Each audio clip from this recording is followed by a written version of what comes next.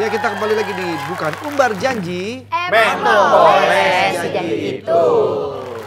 Oke, ini melanjutkan yang tadi Pak Andre ya. Ini pertanyaan yang tentang hoax dan juga fakta. Gimana caranya Sen untuk menyaring semua itu? Nah, mulai bingung kan? Sean. Nanti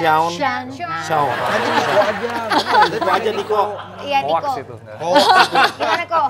Jadi saya lihat pasti sumbernya dulu ya dari mana. Kan biasa juga tulis jurnal, artikel semua kan pasti harus ada sumbernya. Jadi kalau beritanya memang lebih kredibel source-nya ya saya lebih ya bisa terima gitu. Cuma yang saya khawatirkan yang seperti yang tadi yang muncul di Facebook, apalagi yang cuma satu gambar, terus kayak yang muncul di WhatsApp yang sering di forward. Itu kan hoaxnya banyak juga. Jadi ya saya bisa aja tanya bokap sih, kayak gue bisa forward ke bokap, Pak menurut kamu apa ini? Atau enggak saya bisa tanya teman yang mungkin di media, mungkin dia lebih ngerti. Cuman mungkin kayak berapa orang lain seperti emak-emak mungkin yang lebih gampang kemakan gituan kan, mereka nggak bisa cross check gitu. Betul juga nih, ini kalau kita lihat data-datanya nih ya, tentang sebaran isu hoax ya, dari ada Facebook, Twitter, Instagram, TikTok, Snack Video, dan YouTube, memang yang paling tertinggi ini Facebook, yang banyak menyebarkan berita hoax. Jadi kayaknya kebanyakan memang emak-emak nih kalau bikin hoax itu di Facebook tuh banyak banget gitu. Untungnya saya nggak pernah lihat Facebook sih. Masih main Facebook? Udah enggak? Masih main nggak? Enggak.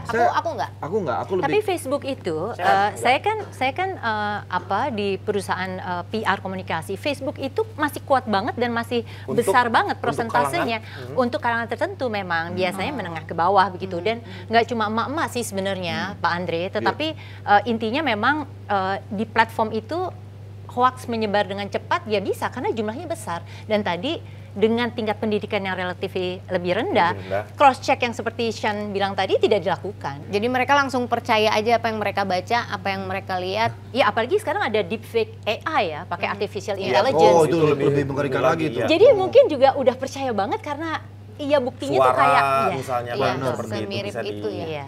Kemarin muka gue diedit Tony Stark gitu, orang-orang percaya. Iron Man, padahal itu gue. Udah mulai AI juga. Ini salah satu hoax. Kayaknya ngeludah. Salah satu yang hoax. Untuk Kang Denny nih, Kang. Bagaimana sih seorang Kang Denny ini memberikan arahan kepada anak-anak ketika mereka ingin memilih paslon-paslon? Makanya kalau mencari pemimpin, saya ajarin sama anak-anak saya. Untuk mencari pemimpin itu betul-betul harus dari NKRI. NKRI itu N-nya adalah nasionalismenya. Yang seperti apa sih nasionalismenya? Apakah dia mendahulukan yang namanya nasionalismenya dibanding dengan keluarganya atau dirinya sendiri? Nah, K-nya adalah bagaimana kepemimpinan dia, memimpin seperti apa. Terus R-nya adalah role model. Dia apakah bisa dicontoh oleh semua orang? O-nya? Bukan O dong. Nggak ada. NKRI. Oh, I. Berarti I. Ya, I-nya integritas. Integritas yang paling utama yang mengolah semuanya menjadi untuk segala sesuatu yang dia buat atau keputusannya adalah tentang kebaikan. Itu tadi saya ngajarin. Maafkan ini, anak-anak udah ada yang akan nyoblos? Ini nyoblos dua-duanya nih, yang paling kecil sama si yang kedua. Yang ketiga mah udah nyoblos 2 kali dia. Kan udah busuk tadi katanya. Iya. Jadi yang sekarang ini dia mau nyoblos. Dia makanya banyak dia bercerita tentang harusnya gimana sih? Salah satunya saya cari adalah tentang saya mengajarkan ke mereka adalah tentang bagaimana orang-orang yang kamu harus pilih itu harus ada kriterianya seperti apa. Jangan terpengaruh oleh sama teman, kamu harus punya pendirian sendiri. Dan saya lebih banyak mengajarkan tentang figur-figur orang-orang. Jadi kalau misalnya kamu mau menyukai atau mengidolakan orang-orang itu jangan yang masih hidup gitu. Kalau yang masih hidup pasti kena fitnah terus, walaupun sebaik apapun dia pasti akan kena fitnah karena ada yang benci. Sama dengan kita lah naik di medsos, walaupun misalnya ada yang 1000 seneng kita pasti 2-3 ada aja yang benci seperti kayak begitu kan. Nah saya ngajarin yang seperti itu, terus ngelihat di mana yang namanya yang dia perjuangkan itu apa gitu. Kamu harus tahu, jangan kamu hanya memilih orang seperti itu, tapi kita harus tahu program dia ke depan ini apa nih gitu. Membantu nggak ke kamu nantinya gitu kan, seperti itu. Nah itu yang harus saya dorong ke dia untuk mengetahui sehingga ketika dia mencoblos dia yakin bahwa ini adalah orang yang bisa saya percaya sehingga kalaupun dia jadi nanti orang itu akan jadi amanah begitu. Berarti nggak harus sama pilihannya. Kalaupun berbeda sama Kang Denny misalnya boleh gitu, nggak apa-apa. Beda pilihan kalau boleh. Saya sih sebenarnya bebas aja, tetapi saya sebagai orang tua harus bisa mempengaruhi dia secara tidak langsung. Dengan bagaimana preferensi caranya? pilihan. Nah kan? iya betul, makanya saya kasih dulu ini yang saya tidak memilih bahwa ini yang baik ini. Semuanya baik. tetapi ada yang paling terbaik begitu. Tapi banyak nih Kang sekarang yang gara-gara beda pilihan keluarga jadi ribut. Wah itu memang keluarganya udah hancur sebelumnya. Iya. Kalau keluarga yang benar tuh enggak saling menghormati. Saling menghormati ya. Iya itu Iya. Tapi keluarganya pernah, udah kalau hancur. perbedaan pilihan pernah kan? Benar, tapi kan nggak usah harus menjadi. Iya. Karena kan dia beda. Ketika kita udah lama nggak ketemu, latar belakangnya dia, cara berpikirnya dia juga udah berbeda juga. Iya. Banyak orang-orang di sekitarnya akan mempengaruhi tersebut sehingga dia memilih yang ini. Kenapa? Nah dia punya ininya sendiri dan kita nggak usah harus apa?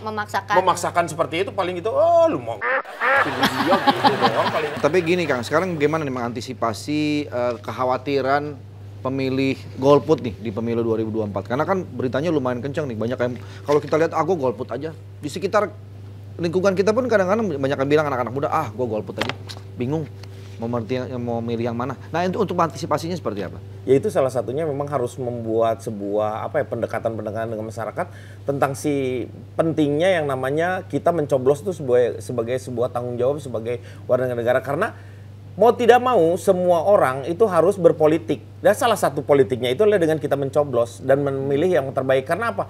Karena suatu saat mungkin suara-suara kita yang tidak dipakai itu dipergunakan oleh orang-orang yang lain, misalnya seperti itu. Nah ini fungsinya adalah salah satunya yang harus dilakukan oleh seorang partai politik itu misalnya. Nah partai politik itu harus memberikan kepercayaan kepada masyarakat sehingga mereka punya sendiri. Dia tuh ada di masyarakat. Bukan hanya ketika ada pencoblosan atau juga. Ya itulah. Iya. Ketika itu udah lepas mereka lupa dengan apa yang dia janjikan dengan seperti itu. Nah itulah yang. Kalau Sean sendiri sebagai anak muda nih, mengantisipasi golput ini gimana? Saya jujur ya nggak bisa kasih tau orang gimana jangan golput atau apa. Itu kan untuk golput atau enggak itu adalah hak ya, bukan kewajiban. Kalau saya sendiri sih saya akan memberikan contoh gitu. Misalnya saya akan bukan golput, saya akan datang coblos yang saya mau.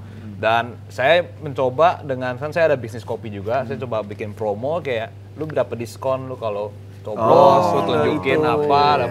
Mungkin kadang-kadang anak muda Gen Z-nya mereka pasti pertanyakan, ini kan orang tua semua berkuasa di atas ya, gue dapat apa gitu, ngapain gue berpartisipasi dalam itu nggak boleh ya, game politik lu. Cuman kalau ada something for me, ada insentif misalnya, gue kalau coblos, gue itu melakukan hak saya sebagai warga negara yang baik gitu, saya dapat diskon atau ada insentif, ya mungkin mereka lebih mau. Cara-cara yang disampaikan oleh Sean tadi dilakukan oleh beberapa toko kan misalnya Jadi itu sebenarnya adalah salah satu endorsement terhadap bagaimana pemuda itu jangan golput. Jadi karena insentifnya langsung didapat, terutama pada soal makanan, minuman, voucher dan sebagainya. Itu dari 2019 juga marak kan itu sebenarnya. Bicara tentang golput, ini ada data dari pemilu, setiap pemilu ke pemilu. Ini data golput dari pemilu dikutip dari CNN. Pemilu tahun 2004 itu sebanyak 20,24% golput. Nah, itu yang golput ya? Yang golput. Tapi di 2009 itu justru naik ke 25,19%. Wow, dan pemilu tahun 2014 30,22%, lebih naik lagi. Pemilu 2019 justru turun drastis ke 18,3%.